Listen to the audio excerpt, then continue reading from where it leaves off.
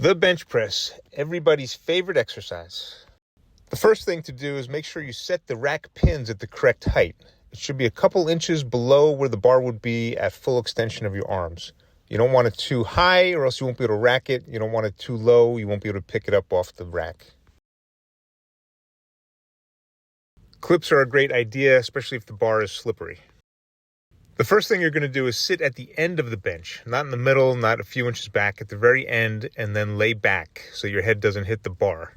Once you've laid back, then slide back so that your eyes are directly under the barbell.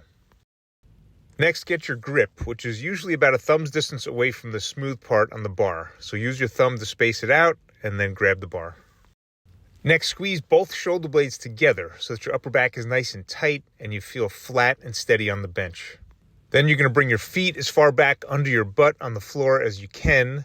Arch your back slightly, not too much, and make sure to keep your butt on the bench. Once you've done all that, now you're ready to lift the bar.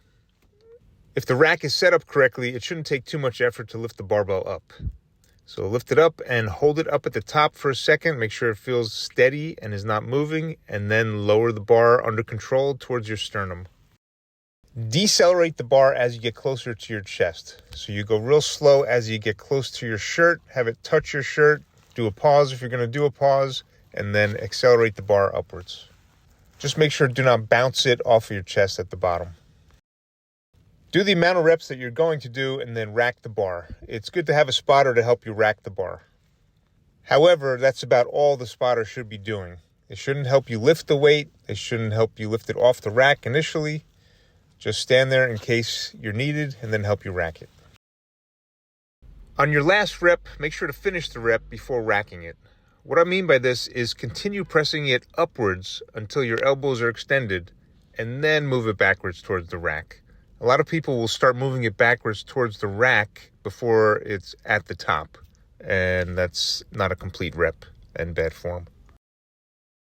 Now, if the lifter does go to failure, the spotter should be there to grab the bar and rack it. Also, if the bar starts to tilt, then grab the bar, consider that failure, and rack it for the lifter. Otherwise, just stand back. Don't stand over and distract the lifter. Don't say things to distract the lifter. Just let him lift.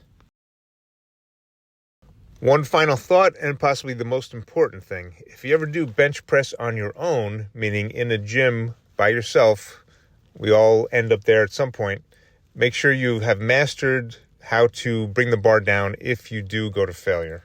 What you want to do if you hit failure, usually it's about halfway up, you want to bring the bar towards your stomach when you lower it. Don't bring it straight down to your chest. Definitely don't bring it to your neck. Bring it towards your stomach, and then you can roll the bar to your hips, and then you can sit up and pick the bar up and put it on the floor. However, if you are lifting by yourself in a gym, no one's there to save your life if need be, don't go to failure.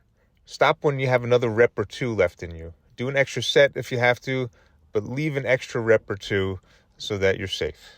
You will still make gains, and better yet, you will live to bench another day.